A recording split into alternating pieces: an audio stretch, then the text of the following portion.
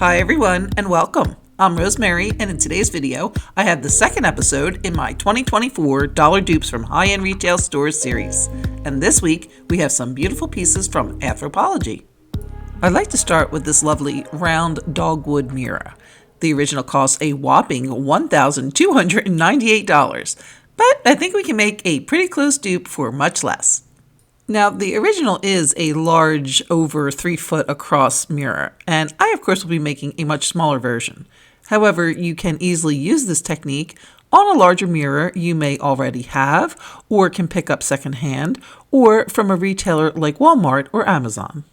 For the dollar dupe version, I'll also use a couple of stems of white flowers from Dollar Tree, which I'll paint with white spray paint to increase the rigidness of the flowers as well as give them a uniform color. I did choose 2 different bunches, one with small white flowers and one with both medium size and larger flowers. I also removed the frame from the mirror to give it a coat of white paint as well. And then here's what the flowers look like after a couple of coats of white spray paint, and once dry I removed the flowers from the stems. To apply the flowers to the mirror frame, I used both triple thick and hot glue. I first applied 2 of the small flowers to the frame, left a space for one of the larger flowers, then again applied 2 of the smaller flowers. After I had several sets of the small flowers attached, I began adding the medium and large flowers. These larger flowers definitely needed a little hot glue to help keep them in place, but I also used the tight bond to ensure a permanent hold. And then you can see here the pattern is pretty much alternating the large and medium blooms between the sets of small flowers. And then once I had the mirror frame covered in the flowers, I went back and made sure there weren't any gaps and filled in where necessary. Then I took the whole piece outside to give it a final coat of spray paint. And once dry, I reattached the mirror. And here's what it looks like with the mirror, and like I mentioned, this method can be easily replicated on a larger mirror to bring it more in line with the size of the original. And then here it is in a side-by-side comparison next to the original, and I think it came in pretty close, or at least close enough for a savings in excess of $1,000. For the next Anthropologie dollar dupe, I wanted to make this glass and gold stand terrarium, retailing for $58. Much cheaper than the first project, but I still think we can make a much more affordable version of this one too. To make the dollar dupe, I used one of the Dollar Tree rose gold metal pencil holders from the office section, a cylinder vase from the floral section, and various pieces of stems and moss from my stash, but originally purchased at Dollar Tree. The pencil holder is pretty in this rose gold color, but to bring it more in line with the original, I did give it a coat of gold spray paint. As for the terrarium portion, I started with a mix of Dollar Tree moss and some fibers from an old fiber liner from a hanging plant planter. I stuffed that in the bottom, then took a branch I found in my yard and attached a piece of a Dollar Tree stem from my stash, and on the end of that, a Dollar Tree succulent. I then bent the branch to make the curve like in the original and stuffed the whole piece into the vase. To make the grassy piece at the top, I took one of the Dollar Tree tall grass stems, attached several pieces together, then lined the tops up so that the grass blade tops were even. I then took a piece of tape and attached the pieces together, and then cut the grass where taped. I eventually attached the grass to the branch. However, I did need to fatten it up a bit first so that it was more in line with the original. After adding about 4 more bunches, I covered the clear tape with floral tape and then glued on some moss for a more natural look. Then the grass was ready to glue to the branch, replicating the arrangement in the original, which I think is the most stunning part of the piece. It's not actually what they're selling, but it did sell me on wanting to replicate what it is that they're selling. And now back to the actual terrarium, and here is the pencil holder with the section I used painted gold.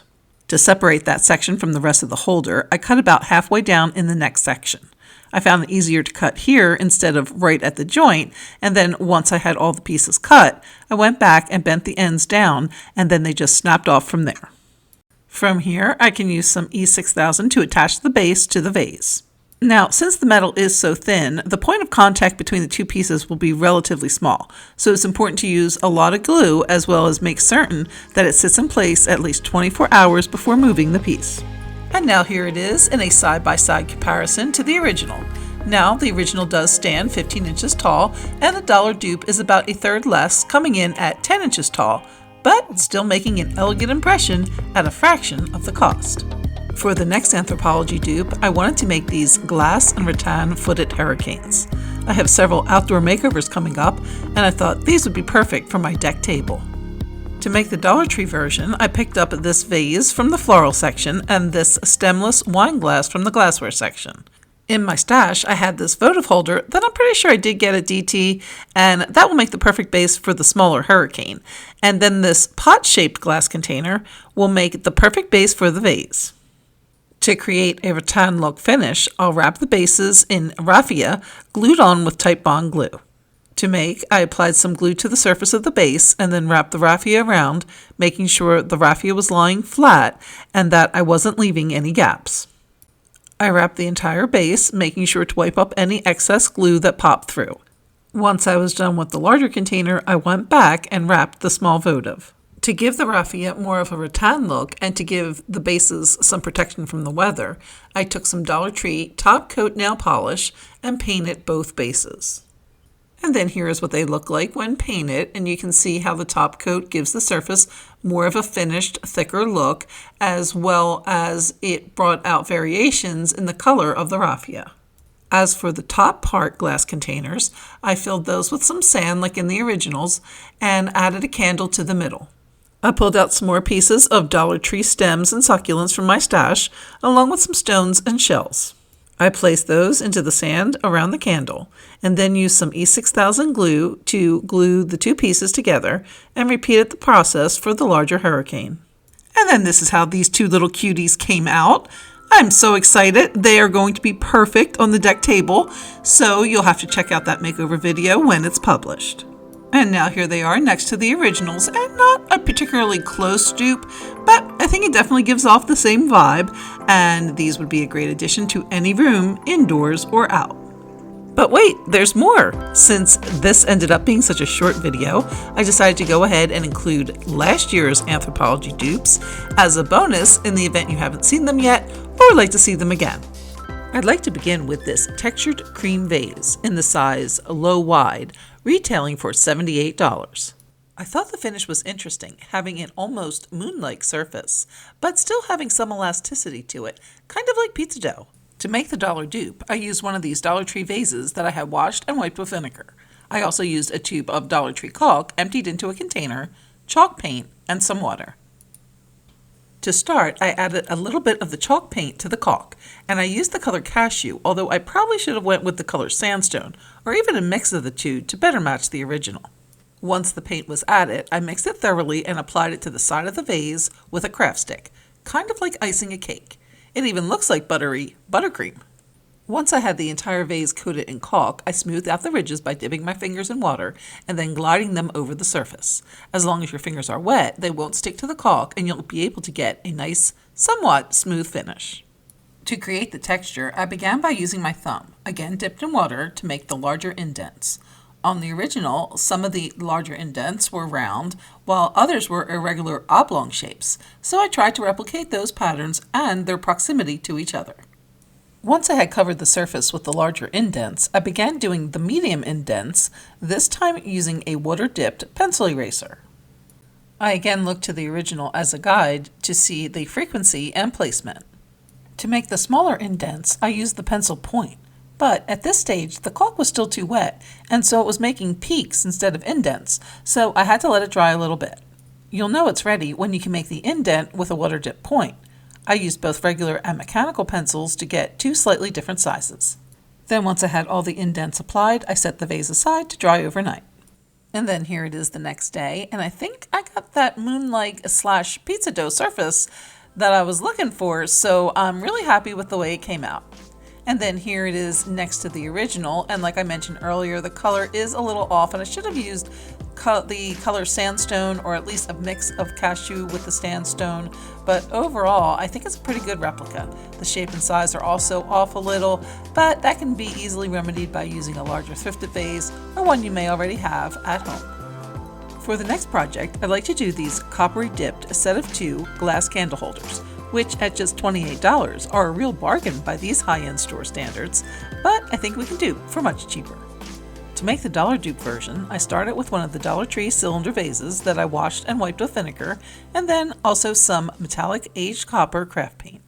I brushed the paint onto the bottom half of the vase, painting an even layer all the way around, and then let that dry. There's no need to tape off, as I'll be scraping it down to create a jagged edge.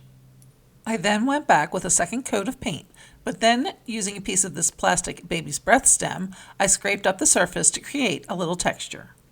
From there, I took a black Sharpie and freehanded a jagged edge, using the original for guidance. Next, using a craft stick, I scraped the paint down onto and along that Sharpie line, making sure to keep the curls made by the scraping of the paint intact as much as possible to again add a little texture to the surface. I then went back with a wipe to clean up any remaining paint, scraping with my fingernail to loosen.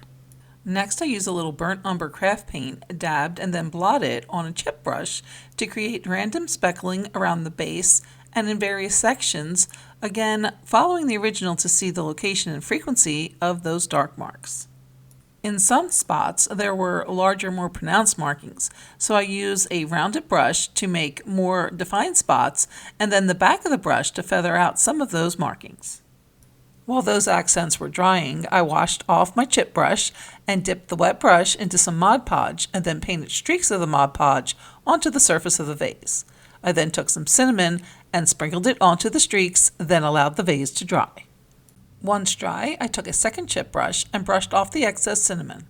Next, I again took the wet chip brush and again dipped that into the Mod Podge, but this time I painted it on vertically, trying to make almost like vertical drips coming from that jagged edge. Then I again sprinkled with some of the cinnamon. Then once that was dry, I again brushed the surface with the dry chip brush to remove any of the excess cinnamon.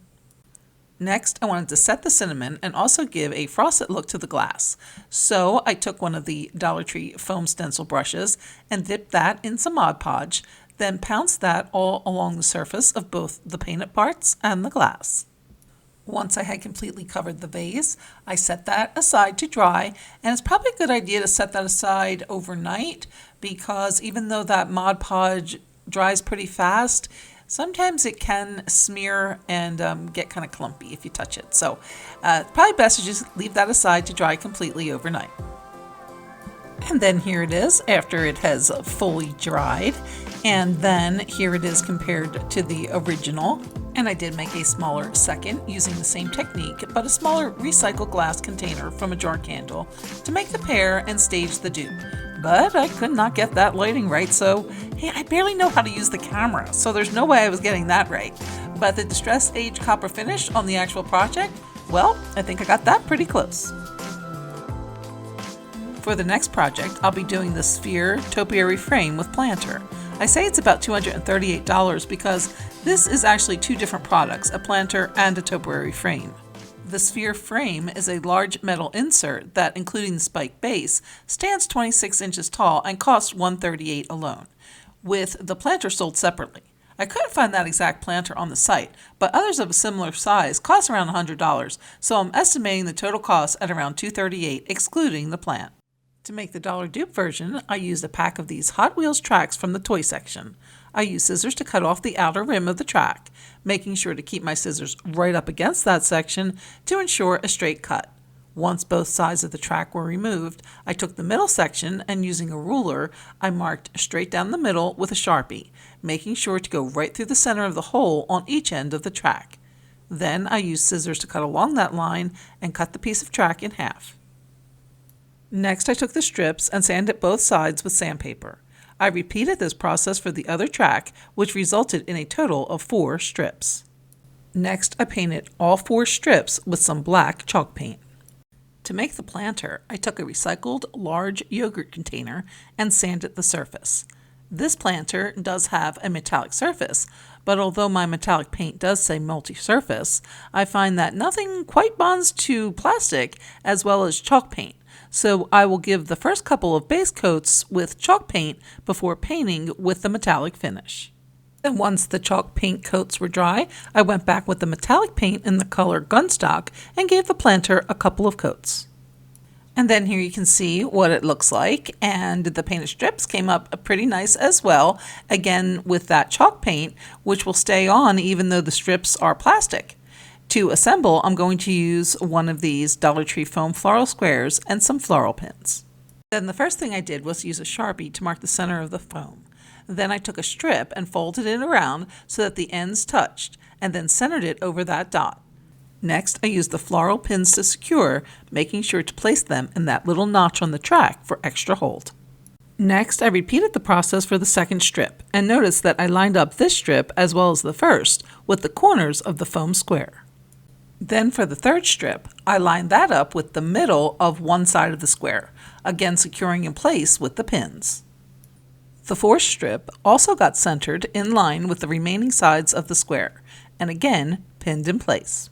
To secure the strips at the top, I used E6000 to glue together, then placed a piece of twine around to hold the pieces while the glue set up. I also added a second pin to each strip to further secure. Then I placed the foam and the sphere into the container. From there, I just covered the foam with some moss and added greenery. And then here it is compared with the original, and yes, the dollar dupe is less than half the size of the original. It is also not for use with a live plant and can only be assembled and used with artificial greens. Nonetheless, I think it definitely gives you that look for less, much less, and it would look gorgeous on a desk, shelf, or a coffee, sofa, or entry table. If you like this dupe or any of the others, please give this video a thumbs up and let me know in the comments if you'd like to see more high-end dupes and which store you would like to see next. In the meantime, you can check out one of these videos here, and for now, thanks so much for watching, and we'll see you next time.